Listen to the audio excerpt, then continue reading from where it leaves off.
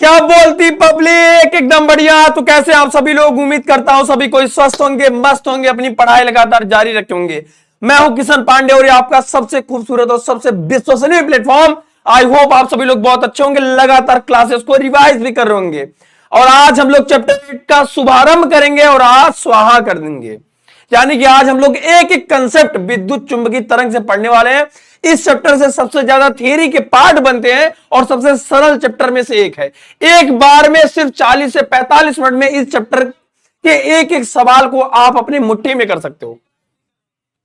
तो सभी लोग जल्दी जल्दी लाइव आ जाएंगे। और आज की क्लास में अगर जो भी बच्चा 2024 बोर्ड एग्जाम में बैठने वाला, जितने हमारे जवान साथी हैं 2024 बोर्ड एग्जाम में बैठने वाले, उनके लिए सेशन बहुत ही ज्यादा महत्वपूर्ण है। एकदम बेसिक से बताएंगे आपको कि आखिर इलेक्ट्रोमैग्नेटिक वेव्स क्या होता है। एकदम स्टार्ट विद जीरो से करेंगे और इस चैप्टर में जितने भी इंपॉर्टेंट कंसेप्ट है सब कुछ आपको बताने वाला हूं। इस चैप्टर से हर साल एग्जामिनेशन में जो सवाल पूछे गए हैं उसको भी हम आपसे डिस्कशन करेंगे। तो जल्दी जल्दी मेरे भाई पूरे प्यार और सपोर्ट के साथ मेरे भाई पूरी ताकत लगा के सेशन को प्लीज पहले एक बार शेयर कर दीजिए, जितने बच्चे लोग हैं, और सभी लोग सेशन को लाइक कर देंगे। पाई लागे गुरुजी। सभी लोग नमस्कार। विद्युत चुंबकीय तरंगे क्या है? अगर मैं बात करूं तो ये बुक फर्स्ट का आखिरी है। अगर मैं बात करूं तो ये पहली बुक का आखिरी चैप्टर है, सबसे आखिरी चैप्टर है मेरे भाई, और ये सबसे इंपॉर्टेंट चैप्टर है। तो चलिए हम ये समझते हैं कि इस चैप्टर में क्या इंपॉर्टेंट। और बोर्ड एग्जाम अगर आप 2024 में बैठने वाले हैं मेरे भाई, तो ये चैप्टर्स आपके लिए बहुत ही ज्यादा महत्वपूर्ण साबित होने वाली है। ठीक है, हम लोग विद्युत चुंबकीय तरंग को एक एक चीज को पढ़ने वाले अपन लोग कैसे कैसे पढ़ेंगे। सबसे पहले ये समझेंगे कि आखिर विद्युत चुंबकीय तरंग कहते किसको है। अगर आप आज पहली बार क्लास में आए फिर भी आपको अच्छे से समझ आएगा, क्योंकि ये नया चैप्टर है आपका। और आज हम इस चैप्टर को एक एक कंसेप्ट को इसमें फोकस करने वाले और इसको खत्म करने वाले हैं। ठीक है, सभी को नमस्कार भाई। जल्दी जल्दी सभी लोग जुड़ जाएंगे, जितना जल्दी हो सके सभी बच्चे लाइव आ जाएंगे। वो पूरी ताकत लगा के मेरे भाई, अगर आपको लगता है ये चेहरा आपके लिए मेहनत कर रहा हो तो एक बार प्लीज सेशन को दबा के शेयर करिए। ठीक है, चलिए भाई, विद्युत चुंबकीय तरंग के गुण सब बताएंगे बेटा, एक एक चीज बताएंगे, फोकस बताएंगे और प्रूफ करके दिखाएंगे, आपको परेशान नहीं होइएगा। ठीक है, चैप्टर में फ्लो में क्या रहेगा? चैप्टर फ्लो में अगर मैं बताऊं तो वन शॉट, और वन शॉट में क्या क्या रहेगा आपका, जैसे आपका मोस्ट इंपॉर्टेंट आपका क्वेश्चन रहेगा जो हर साल इस सब्जेक्ट से, अगर मैं बात करूं इस चैप्टर से, हर साल सवाल आपके एग्जामिनेशन में आता है। और अगर मेरे भाई आप 2024 बोर्ड एग्जाम में बैठने वाले हैं तो ये क्लास आपके लिए अति महत्वपूर्ण क्लास है, क्योंकि आपको इस समय उसी क्लास की जरूरत है जो कम समय में आपको ज्यादा मार्क्स दे। क्योंकि आपके पास समय है कम मेरे भाई, और सब कम समय में आपको चाहिए कंटेंट बेहतर। एक एक चैप्टर में ऐसी वीडियो देखो, पढ़ो उनसे जो आपको टॉपर बनाए, पढ़े उन्हीं से जो आपको टॉपर बनाए। तो ये क्लास आप सभी के लिए इंपॉर्टेंट है। ठीक है,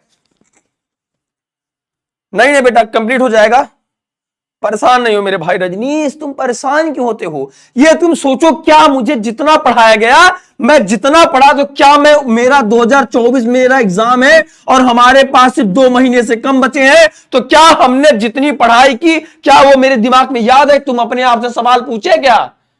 बोलो भैया, पूछे कि 2024 में सिर्फ 2 महीने बचे हैं, बहुत कम समय बचा है, तो क्या तुम उस चीज को तैयार कर पाए? हाय नहीं। चलो भैया, तो स्टार्ट करते हैं। सबसे पहले अगर मैं बात करूं कि क्या होता है विद्युत चुंबकीय तरंग, क्या होता है इलेक्ट्रोमैग्नेटिक वेव।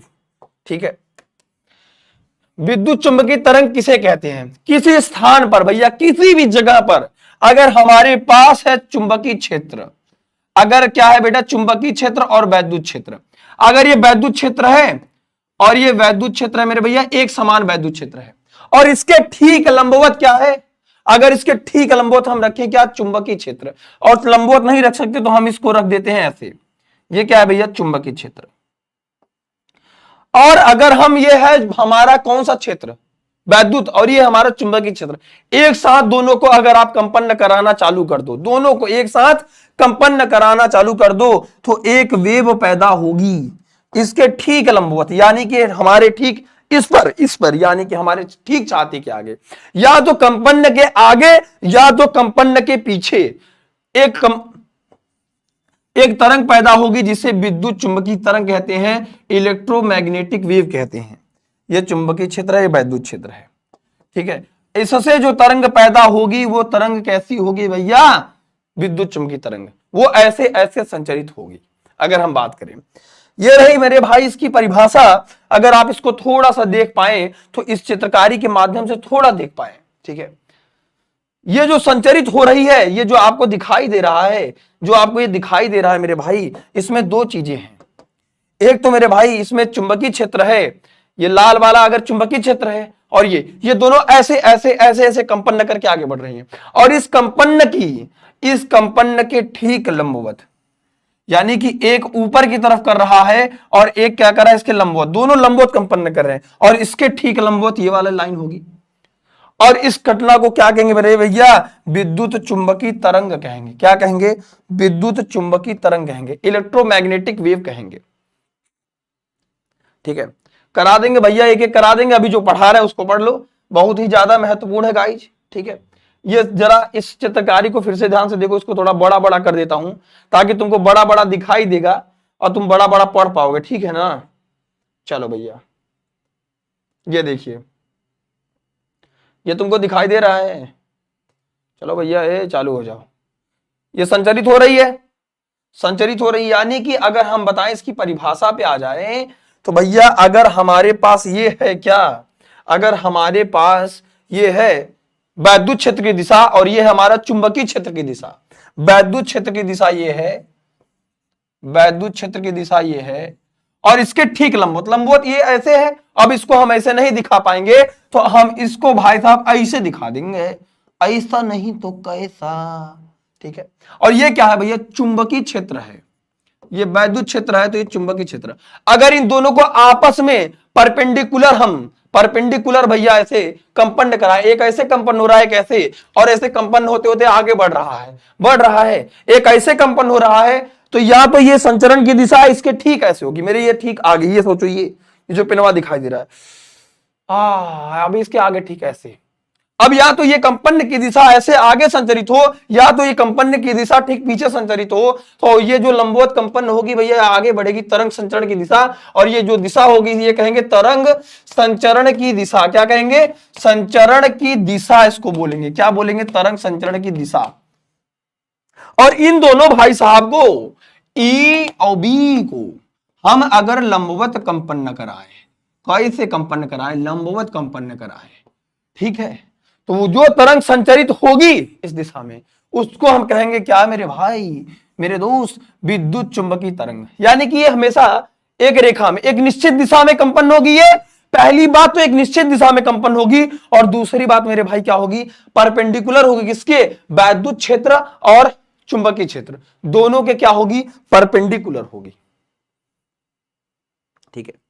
किसी भी स्थान पर अगर हम इसको परिभाषा के थ्रू देखने की कोशिश करें इस ससुरा को, कोनो भी स्थान पे, कोनो भी जगह यहां पे अगर वैद्युत क्षेत्र और चुंबकीय क्षेत्र को लंबवत आपस में कंपन कराते हुए वो कंपन हो, कंपन क्या है, अरे एक रस्सी का धागा कैसे बांध लो, एक तेज से ऐसे खींच के छोड़ दो, ऐसे ऐसे कंपन होता है, कंपन होता है, जर जर जर जर जर कंपन होता है कि नहीं होता है। अरे धनुष देखो, धनुष का एकदम जो रस्सी बांधा रहता है उसको एकदम खींच दो, ऐसे ऐसे कंपन होता है, वो क्या है, कंपन हो रहा है। तो ऐसे वैद्युत क्षेत्र को ऐसे कंपन कराओ लंबवत, और चुंबकीय क्षेत्र को, दोनों को लंबवत जहां कंपन कराना चालू किए, एक तीसरा आदमी, एक तीसरा तरंग पैदा होता है, और वो तरंग संचरण की दिशा ठीक एक निश्चित दिशा में होती है, ये निश्चित दिशा होगी तरंग संचरण की।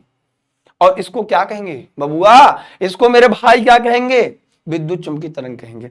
अगर परिभाषा थोड़ा देख लो, ये बहुत इंपॉर्टेंट है मेरे लाल, ए मेरे बाबू, बाबू ये बहुत इंपॉर्टेंट है 2024 एग्जाम के लिए। एक बार में एक चैप्टर पूरा खत्म, द एंड, जय हिंद विद सुपर ट्रिक। इस चैप्टर में रटने का पार्ट है, और आपको रटने भी नहीं दूंगा, यही क्लास में याद करा दूंगा, गारंटी कह रहा हूं, अगर आखिरी तक बने रहे। बस आपस में बतियाए जिन, बिल्कुल भी बतियाने की जरूरत नहीं है, बहुत इंपॉर्टेंट चीज है। यानी कि जब कोनो भी स्थान पर विद्युत और चुंबकीय क्षेत्र को एक दूसरे को लंबवत कंपन कराया जाता है, तो इन दोनों क्षेत्रों के लंबवत माध्यम में एक नई तरंग उत्पन्न होती है, इनके माध्यम में एक नई तरंग उत्पन्न होती है। देखो मैं भाग गया, और भैया जिसके तरंग संचरण की माध्यम की आवश्यकता नहीं होती, और प्रकाश भी क्या है, वैद्युत चुंबकीय तरंग है। क्योंकि उसको भी माध्यम की आवश्यकता नहीं है। इनको किसी और माध्यम की आवश्यकता, ये संचरित हो सकती हैं, इसे ही वैद्युत चुंबकीय तरंग कहते हैं। नोट में लिखेंगे इन्हें माध्यम की आवश्यकता नहीं हो सकती। हाँ भैया, कल दूसरा चैप्टर चालू होगा, कल नया चैप्टर चालू होगा, ठीक है ना, परेशान नहीं होइएगा, अब इस पढ़िए पे ध्यान दीजिएगा, ठीक है ना।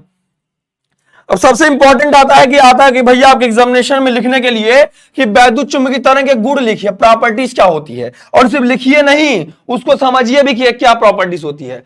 विद्युत चुंबकीय तरंग चलने के लिए माध्यम की आवश्यकता नहीं होती है, यानी कि प्रकाश भी क्या है बेटा, विद्युत चुंबकीय तरंग है। विद्युत चुंबकीय तरंग निर्वात से होकर भी गुजर सकता है।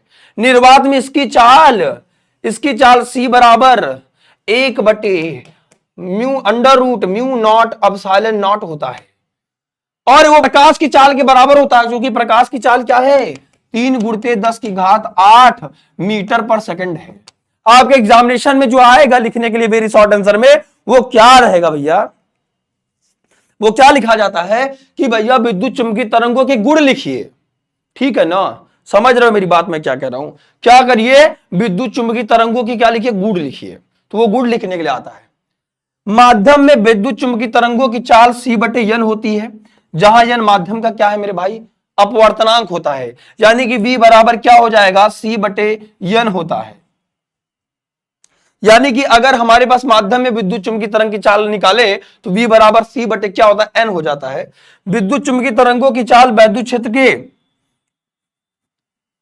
भैया विद्युत क्षेत्र के आयाम E0 तथा चुंबकीय क्षेत्र के आयाम B0, विद्युत क्षेत्र का आयाम और चुंबकीय क्षेत्र के आयाम के अनुपात के बराबर होता है। अब विद्युत क्षेत्र का आयाम क्या होता है, जरा ध्यान से सुनो।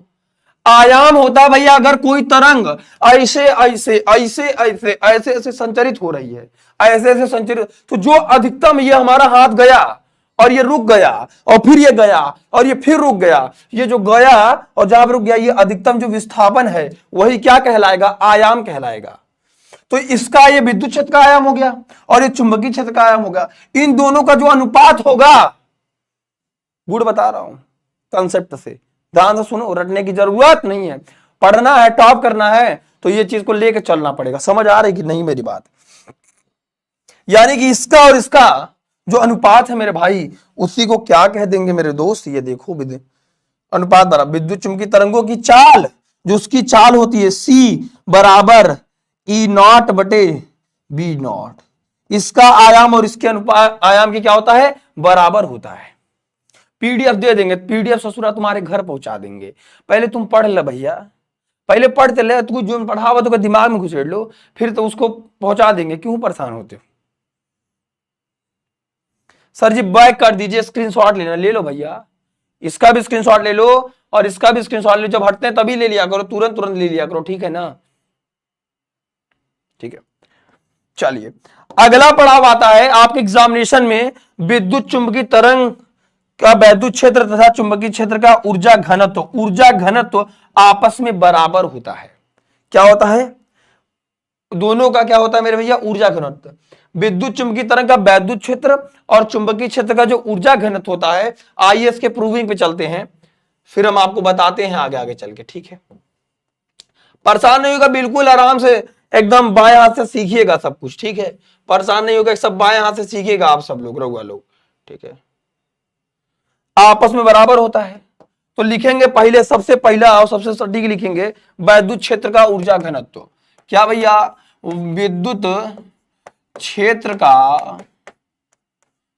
का ऊर्जा घनत्व, एनर्जी डेंसिटी, क्या, ऊर्जा घनत्व लिखिएगा, ऊर्जा घनत्व, और चुंबकीय क्षेत्र का ऊर्जा घनत्व आपस में क्या होता है, बराबर होता है, ठीक है।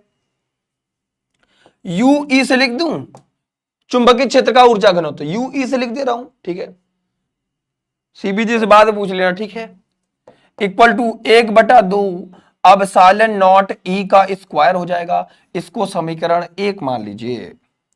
फिर क्या कह रहा है, चुंबकीय क्षेत्र का ऊर्जा घनत्व, चलो ठीक है लिख लेते हैं, चुंबकीय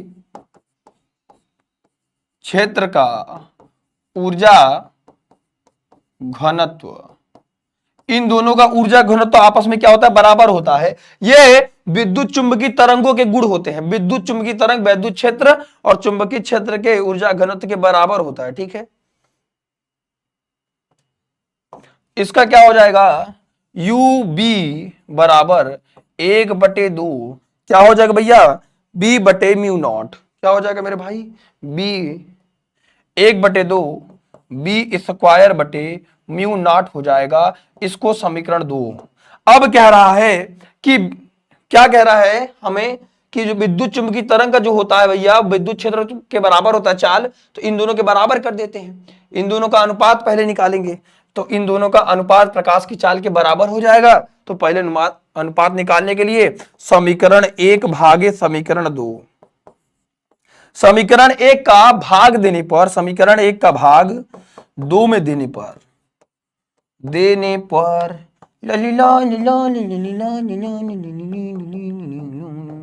चलो ठीक है, आ जाओ भैया।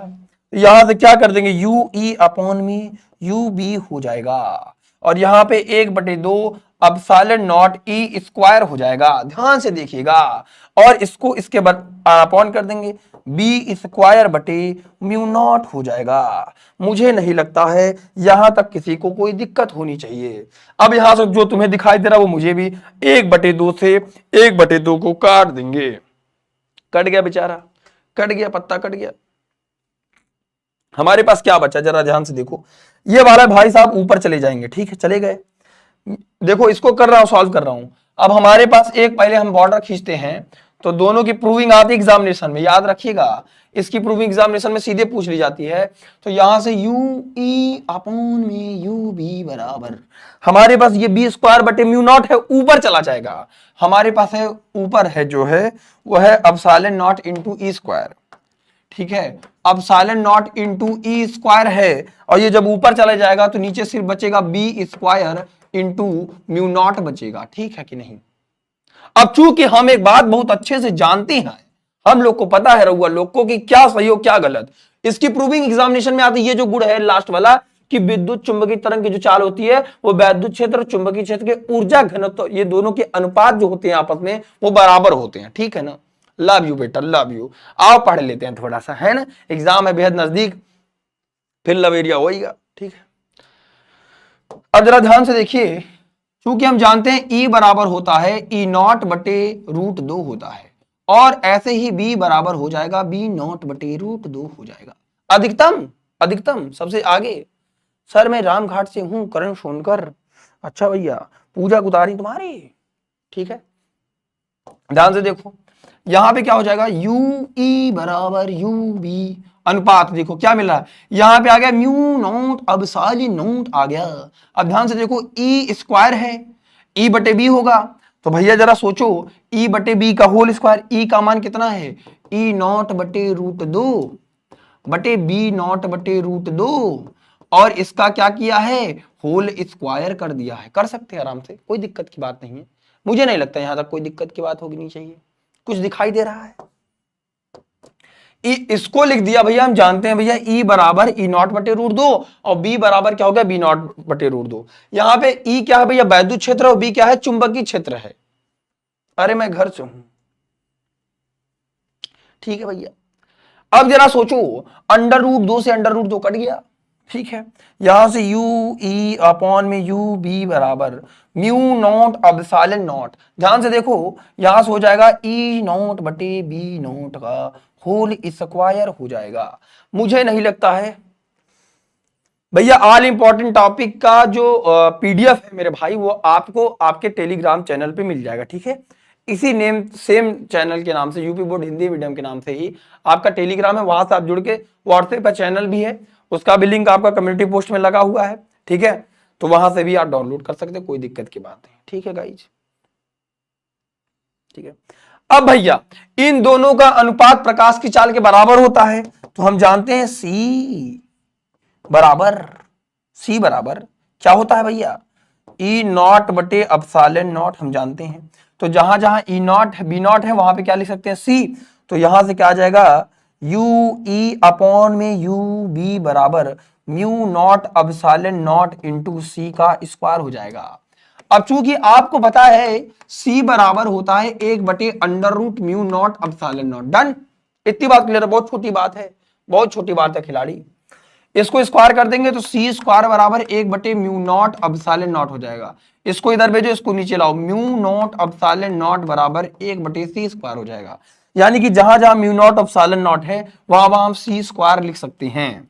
तो भैया देखो ध्यान से, यहां से क्या आ जाएगा, UE ऊर्जा घनत्व चुंबकीय क्षेत्र का और वैद्युत क्षेत्र का बराबर μ0 एप्सिलॉन नॉट को 1/C स्क्वायर इंटू भैया क्या होगा, यहां पे क्या हो जाएगा C स्क्वायर, कट गया एक। देखो इन UE बराबर क्या आ गया, दोनों का विद्युत चुंबकीय तरंग का वैद्युत क्षेत्र का ऊर्जा घनत्व और चुंबकीय क्षेत्र का ऊर्जा घनत्व आपस में क्या होता है, बराबर होता है। हेंस प्रूव दैट, इसको छाप लो, बहुत इंपॉर्टेंट चीज है। इसका गुण आ गया तो दिखाइए कि कैसे, सवाल कैसे पूछेगा आपके एग्जामिनेशन में। सुनो, आपके एग्जामिनेशन में विद्युत चुंबकीय तरंग में वैद्युत क्षेत्र चुंबकीय क्षेत्र का ऊर्जा घनत्व आपस बराबर होता है, सिद्ध कीजिए।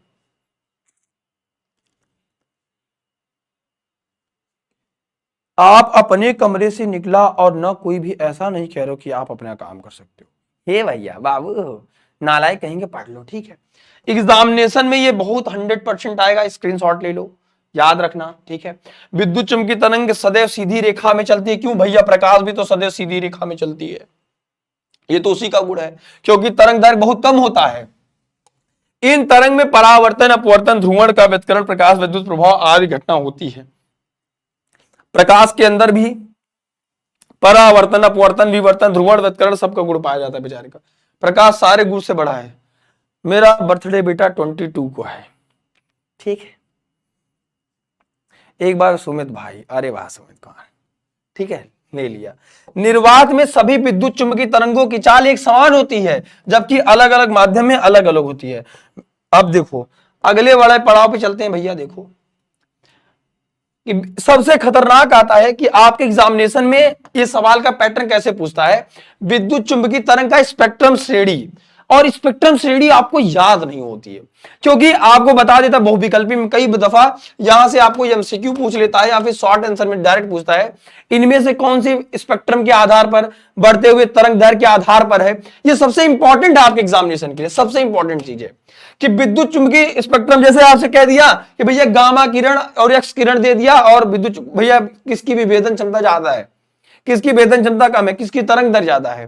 तो आपको मैं एक तरीका बताता हूं, शानदार तरीका बताता हूं, आराम से उसको आराम से देख लोगे, देख लो क्या कह रहा भैया। विद्युत चुंबकीय स्पेक्ट्रम की श्रेणी सभी विद्युत चुंबकीय तरंग को उनके बढ़ते हुए तरंग दर के क्रम में व्यवस्थित करने पर, बढ़ते हुए क्रम में व्यवस्थित करने पर एक श्रेणी प्राप्त होती है, जिसे विद्युत चुंबकीय स्पेक्ट्रम कहते हैं।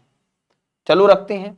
अब जैसे होता है आपका गामा हो गया, फिर आ गया यक्ष किरण, कभी कभी आ जाता है कि गामा किरण की दो उपयोग लिखिए, यक्ष किरणों के दो उपयोग लिखिए, सीधा एकदम क्वेश्चन एग्जैक्ट पूछ लिया जाता है, एग्जैक्ट पूछ लिया जाता है, ठीक है। तो कैसे लिखेंगे आइए समझते हैं।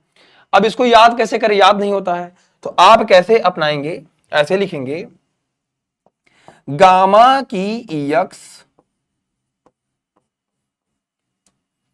यूवी रेज के साथ, यूवी लाइट के साथ, लाइट के साथ इमरान को देखती है, इमरान को देखती है, देखती है तेरी आंखें, ला ला ला ला ला ला ला ला। Super trick in the world. गामा की यक्स यूवी लाइट के साथ इमरान को देखती है, बहुत धोखेबाज है। इसीलिए कहता हूं बेटा, प्यार मोहब्बत धोखा है, पढ़ लो बेटा, यही सुपर मौका है। तुम लोग बात जो नहीं आते हो, बात नहीं मानते हो, सुनते नहीं हो। देखो बेचारी थी गामा की एक्स पुराने वाली है, यूवी लाइट के साथ इमरान को देखती है, ठीक है। देखती तो देखती किसी और को देख लेती, लेकिन यहां पे गड़बड़ हो गया और एग्जामिनेशन में डायरेक्ट इससे, अब ये तरीका कैसा है, इसको याद कैसे करें सर, इसमें कैसे पता चलेगा कि किसका तरंग दर कम, किसका भैया गामा, यानी कि गामा रेस, गामे का मतलब है गामा रेस। 4 नंबर देगा, 4 नंबर पूरा पूरा तुमको दे के जाएगा एक बार में। ये 5 मिनट आपको तुरंत नंबर दे के जाएगा, ये 5 मिनट आपको 5 नंबर देगा। धरती पुत्र लिख लो भाई। गामा की यक्स, यक्स क्रिएस, यक्स हृदय। देखो अभी सब क्लियर हो जाएगा।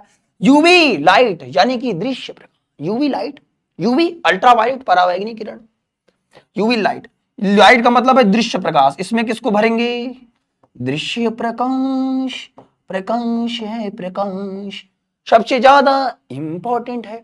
के साथ आई फॉर क्या हो जाएगा? इंफ्रारेड, इंफ्रारेड क्या हो जाएगा? इंफ्रारेड। सर एक बार मेरा नाम ले लीजिए, सर एक बार तुम पढ़ लोगे तो तुमको अपने बुला के अपनी छाती से लगा लेंगे बेटवा, तुमको चिपका लेंगे, तुम्हारे साथ मूवी देखने चलेंगे। तुम क्यों परेशान हो रहे हो? तुम्हारा एक छोटा सा नाम सुमित है, उसको मैं देख लेके क्या करूंगा? ये भी तो समझो है, ये भी तो समझो नालायकों। तो भैया गामा की यक्स यूवी लाइट के साथ किसको देखती है? इमरान को देखती है। यूवी का मतलब है अल्ट्रावायलेट यानी कि पराबैंगनी किरण। परा बैगन है, बैगन, बैगन को नी कर दो, बैगनी किरण।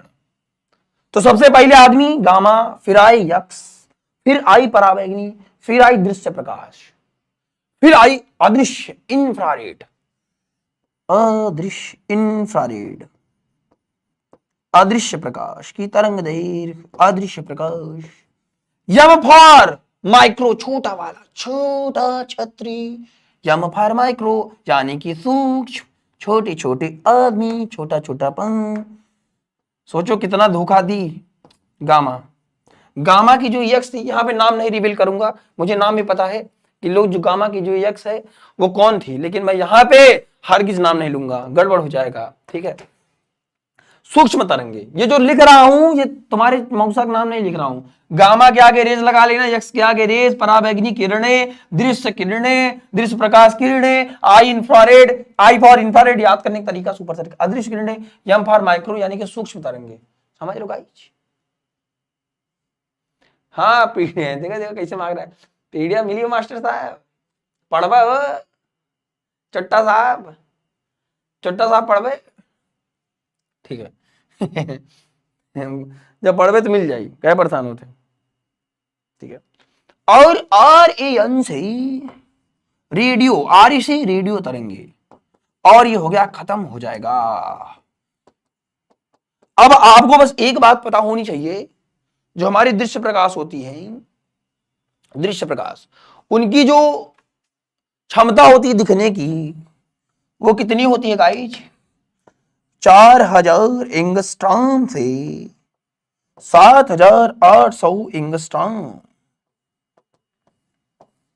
यानी कि कभी कभी किताबों में आपको 3800 देखने को मिल जाएगा, 3800 वगैरह वगैरह, वो आपके ऊपर, लाख भाग, लाख भाग। जैनी जैनी यस बाबा। तो याद कैसे करेंगे ये भैया? इनको एक आधार पे रखा गया, यक्स गामा रेस सबसे ज्यादा, फिर यक्स, फिर पराबैंगनी, फिर दृश्य, फिर अदृश्य, फिर सूक्ष्म, फिर रेडियो, ये आ गया। इससे आप याद कर सकते हैं, इसका स्क्रीनशॉट ले सकते हैं। अब हम आपको दिखाएंगे, जैसे गामा रेस हो गया, अब इसकी आवृत्ति कितनी होगी, इसमें दो चीज आपको याद करनी है जो एग्जामिनेशन में आएगा। इसमें दो बातें अनमोल बातें हैं। कैसी बातें? अनमोल बातें। दो बातें अनमोल बातें इसमें क्या है? इसमें से जब भी आपको एग्जामिनेशन में पूछा जाएगा तो जैसे गामा रेस की गुण और उसके उपयोग लिखने को आता है, बहुत मिनिमम होता है कि उसकी आवृत्ति या तरंग दर पूछे।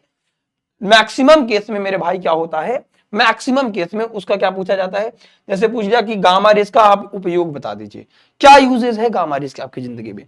नाभिक की संरचना के अध्ययन करने में, कैंसर के इलाज करने में, चिकित्सा के रूप में किया जाता है। गामा रेस का उपयोग कैसे किया जाता है? चिकित्सा के रूप में, चिकित्सालय में किया जाता है भैया। यक्स किरणें, फिर इसमें दो बातें हैं, देखो सबकी आप एक चीज याद कर लो, सबका गुण याद कर लो कि उनमें से कौन सा चीजें इंपॉर्टेंट, कौन पार्टेंट इंपॉर्टेंट।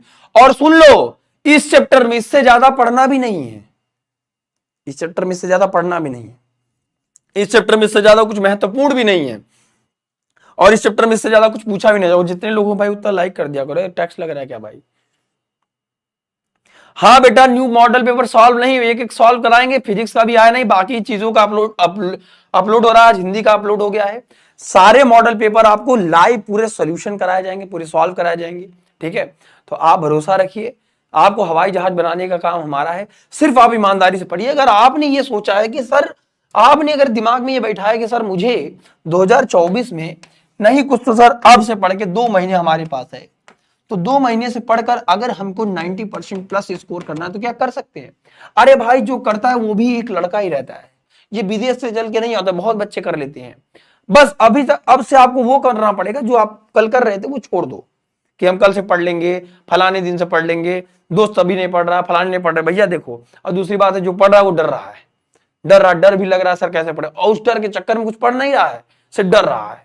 और जब डरेगा रे तो कब पढ़ेगा। देखो एक ही चीज है, आप सफलता आपको तब गले लगाएगी जब आप मेहनत को गले लगा लेंगे, और मेहनत सही दिशा में होनी चाहिए। बस इतना दिमाग में आप दिमाग रखो, ठीक है, समझ लो गाइस। मॉडल पेपर डाउनलोड नहीं हो रहा तो मैं बताता हूं तरीका। टेलीग्राम चैनल पे जाओ, वहां पे सारे मॉडल पेपर दे दिए गए आपको UP board Hindi medium channel वाले पे, और वहां से जाके सारे मॉडल पेपर डाउनलोड करके चाप के पढ़ लो। समझ गए, जैसे समझ आए तैसे। हाँ भैया, उत्तराखंड बोर्ड वाले भी यहाँ पढ़ सकते हैं, कोई दिक्कत की बात नहीं है। माध्यम है हिंदी, हिंदी माध्यम के धरती किसी बोर्ड से हो आराम से पढ़ सकते हो, बड़ी बात नहीं है यार, समझ रहे हो, बड़ी बात नहीं है, वो आपके ऊपर है। चलो भैया, समझ गए ये बात, इतनी बात दिमाग में घुस गई। चलो इसके आगे घुसाते हैं दिमाग में। अजय गौतम, चलो बढ़िया, बहुत बढ़िया अजय गौतम, आओ पढ़ो, ठीक है भैया। चलिए दूसरी बात यह है कि अब कह रहा है कि जैसे पराबैंगनी किरण होगी, तो पराबैंगनी की किरण का संसूचन का मतलब होता है डिटेक्शन, कैसे दिखते, कैसे हम समझ जाते हैं कि यहाँ पे पराबैंगनी किरण है कि नहीं है। और सबसे बढ़िया उसका उपयोग जल शोधक। तुम सोच रहे हो कि आज तक पराबैंगनी किरण हमको नुकसान पहुंचाई, तो थोड़ा कोई फायदा नहीं दी थी। पराबैंगनी लैंपों में, ठीक है, इलेक्ट्रॉन की व्यवस्था करने में, चिकित्सा में बहुत उपयोग होता है भैया।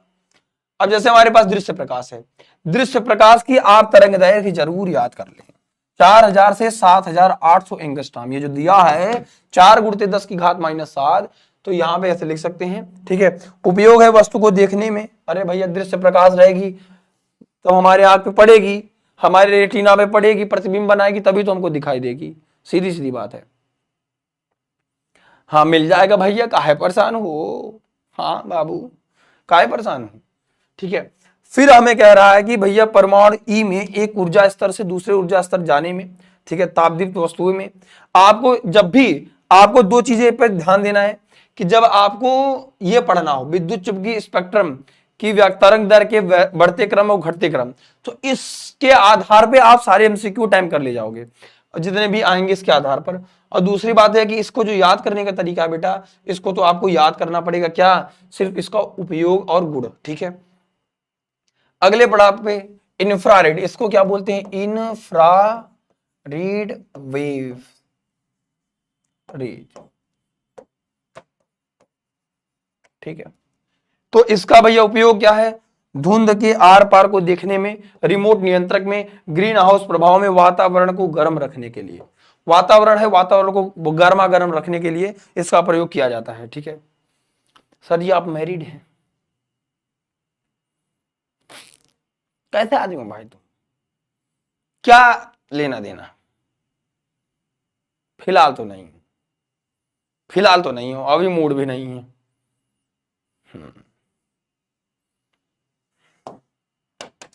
चलो भैया आगे समझते हैं इसको, ठीक है।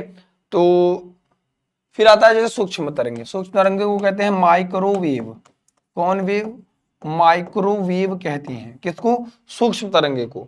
तो ये पूरा रट्टा वाला है, ठीक है। इसमें उपयोग विमान संचालन में, माइक्रो उपयोग छोटे छोटे रडार में, संकेत भेजने में, सिग्नल उंगल भेजने में नॉर्मली माइक्रोवेव का इस्तेमाल करते हैं, ठीक है। उपग्रह संचार प्रणाली में, माइक्रो ओवन में। अब उपग्रह संचार प्रणाली जितना होता है कनेक्शन होता है करते हैं तो किसके माध्यम से मेरे भैया, इसके माध्यम से करते हैं, ठीक है। तो इसको भी याद रखेंगे, ठीक है। मेरे स्कूल में भी यही चैप्टर हो रहा है, ये चैप्टर अब खत्म हो गया, अब इसके आगे हमने किरण प्रकाश की भी पढ़ा दिया आपको, ठीक है। फिर अगले चैप्टर पे चलेंगे, फिर आपको मॉडल पेपर सॉल्व कराएंगे, फिर इंपॉर्टेंट क्वेश्चन जैसे एमसीक्यू वगैरह हो गया वो सब कराएंगे, धीरे धीरे चीजों को रफ्तार बढ़ाएंगे, ठीक है। नहीं नहीं नहीं नहीं, एमसीक्यू टेस्ट भी होगा बेटा संडे को, संडे, ठीक है। अच्छा दिलवा दीजिए, दिलवा, अरे तुम्हारे जैसा कौन होगा, दिलवा दीजिए, हैं, ठीक है। फिर सूक्ष्म तरंगे हो गई, उसके बाद आता है भैया रेडियो तरंगे, रेडियो वेव्स। और आप सुन लो, जैसे मान लो आपको दे दिया सूक्ष्म तरंगे और रेडियो तरंगे, दोनों दे दिया, और मान लो आपको दे दिया दृश्य, दृश्य प्रकाश दे दिया, या फिर औरक तरंगे दे दिया। कहा कि निम्नलिखित को बढ़ते हुए क्रम के आधार, तरंग के बढ़ते हुए क्रम के आधार पे बताइए। तो आपको जब तक वो ट्रिक याद नहीं होगा तब तक नहीं कर पाएंगे, तो इससे जल्दी कर लेंगे थोड़ा। तरंग दर के आधार पर इसको व्यवस्थित किया गया है। बस ये समझ लो किसको क्या कहते हैं। गामा तो दिख रहा है, एक्सरेज दिख रहा है, यूवी दिख रहा है, पराबैंगनी लाइट भी दिख रही है, दृश्य प्रकाश। आई फॉर इंफ्रारेड यानी कि अदृश्य प्रकाश, एम फॉर माइक्रो यानी कि सूक्ष्म तरंगे, और आर ए फॉर रेडियो तरंगे। बस इतनी सी बात, इतना थोड़ा सा दिमाग लगाना है, ठीक है। बस इतनी सी दिमाग, छोटा सा, जितना तुम्हारा दिमाग है उतना ही लगाओ, ज्यादा ना लगाइए, ठीक है, तो फायदा होगा। और विद्युत चुंबकीय तरंगे मैं बता रहा हूं, बार बार कह रहा हूं, इससे ज्यादा आपको कुछ पढ़ना भी नहीं है, इससे ज्यादा ना पूछा जाएगा ना आपको, इससे ज्यादा मेरे भाई आपको कुछ दिमाग लगानी है, ठीक है। न्यूमेरिकल का भी वन शॉट लगाएंगे भैया, सब लगाएंगे, ठीक है। जैसे इसका तरंग दैर्घ्य लगभग 10 की घात -1 मीटर से कम, मतलब तरंग दैर्घ्य क्या है, लगभग न के बराबर, ठीक है, तरंग दैर्घ्य वेवलेंथ, ठीक है। उत्पादन कहां से होता है, एलसी परिपथ के दोलन में रेडियो तरंग की उत्पन्न होती है। संसूचन कैसे करते हैं, अभिभावक के एंटीने द्वारा। उपयोग कहां होता है, रेडियो में, टेलीफोन में, ये इंपॉर्टेंट है, गुण और उपयोग, इसके प्रॉपर्टीज क्या है और उसके उपयोग क्या है, ठीक है। हाँ ठीक है बेटा, हाँ करण भाई करा दिया, बाकी कभी हो जाएगा, परेशान मत हो, ठीक है। सिलेबस बेटा खत्म हो जाएगा एग्जाम के पहले, आराम से खत्म हो जाएगा, परेशान मत हो, ठीक है। पढ़ते रहिए, बस भरोसा रखिए, जितना पढ़ा जा रहा है बस अपने आप से ये सवाल करिए कि क्या सर हमें जितना पढ़ा रहे हैं, क्या हमारी तैयारी उतनी हो गई है, एग्जाम नजदीक है, क्या हम उतना तैयारी कर पाए हैं, क्या हम एक बेहतर तैयारी अभी कर रहे हैं, हम कहाँ हैं, कितने चैप्टर्स बाकी हैं। पूरा प्लान करो, अच्छे से बैठ के सोचो कि अभी कम समय में एक बेहतर तैयारी के लिए क्या स्ट्रेटजी हम सही कर सकते हैं, क्या फॉलो कर सकते हैं। और जैसे इसमें जो पूछेगा, इस यहां से एमसीक्यू या शॉर्ट आंसर ही पूछेगा, यहां से लॉन्ग आंसर का कोई जिम्मेवारी नहीं, यहाँ पे इसमें कोई डेरिवेशन नहीं पूछा जाता इस चैप्टर से। एक डेरिवेशन जो हमने करा है वो गुण है, वो गुण लिखने के लिए आएगा तो उसमें पूछ लेगा, वो भी वेरी शॉर्ट, मतलब शॉर्ट आंसर में ही पूछा जाएगा आपसे, ठीक है। इस बात को लघु उत्तरी में ही पूछा जाएगा आपसे, इस बात को भी आप ध्यान रखेंगे। और जो ये सब वाले हैं, तो इसमें तरंग के जैसे गुण आप याद रखेंगे, तो उसमें नॉर्मली ऐसे कह देता है कि इस करण के गुण बताइए, तो आप नॉर्मली इसको याद किए रहेंगे तो आप डायरेक्टली लिख पाएंगे, है ना। तो याद करने का मतलब ये है कि तरंग दैर्घ्य वगैरह आपको नहीं याद करनी है, उसका हमने आपको ट्रिक बता दिया। आई होप आपको वो अच्छी लगी होगी, समझ आया होगा। अरे कुछ नहीं बाकी है बेटा, पूरा पार्ट 1 आज खत्म हो गया, पार्ट 2 का पहला चैप्टर खत्म हो गया है। फिर हमारे पास बचा क्या, लास्ट के 2 एटॉमिक्स एंड न्यूक्लियाई, नाभिक और परमाणु, एक दिन का चैप्टर है। उसके बाद सिर्फ एक बचा तरंग प्रकाश की। क्या टेंशन लेते हो, सिर्फ पढ़ो तुम ईमानदारी से, फिर तुमको हवाई जहाज बता देंगे। फिर क्रैश कोर्स आ जाएगा, क्रैश कोर्स ज्वाइन कर लेना, पूरा शुरू से पढ़ा देंगे, उसमें हो टोटल रिवीजन, है ना। चीजों को समझो आराम से कि पढ़ना कैसे है। आप हो कहां, आपके पास 2 सवाल हमेशा होना चाहिए, कहां हैं हम और हमें जाना कहां है। जाना यानी कि पहुंचना कहां है। तो आप हैं अभी जो पढ़ रहे हैं, ये है आपको कि टॉप करना है सर, ये दोनों चीज क्लियर करो। रास्ता जो भी हो, चाहे संघर्ष पथ पर जो मिला यह भी सही बहुत सही, डट के मिलेंगे, मेहनत करेंगे, आराम से चाप के पढ़ाई करेंगे गाइस, ठीक है। तो आज के लिए मेरे भाई इतना ही रखेंगे, अपन लोग बहुत जल्द मिलेंगे आप लोगों से, ठीक है। अपना ध्यान रखिएगा, ठीक है। तो मैं चाहता हूं कि इस सेशन को यही रखते जाए, और इस सेशन में 2 चीजें इंपॉर्टेंट थी, एक ये और एक डेरिवेशन, ठीक है। अपना ध्यान रखिए, सभी लोग सेशन को लाइक कर देंगे जब भी वीडियो को देखते हैं। आपको किस टॉपिक की वीडियो चाहिए वो कमेंट कर दिया करिए, ठीक है। मिलते हैं छोटे से ब्रेक के बाद, नेक्स्ट सेशन मिलेंगे, ठीक है। थैंक यू सो मच प्यारे बच्चों, love you all, take care, जय हिंद, जय भारत।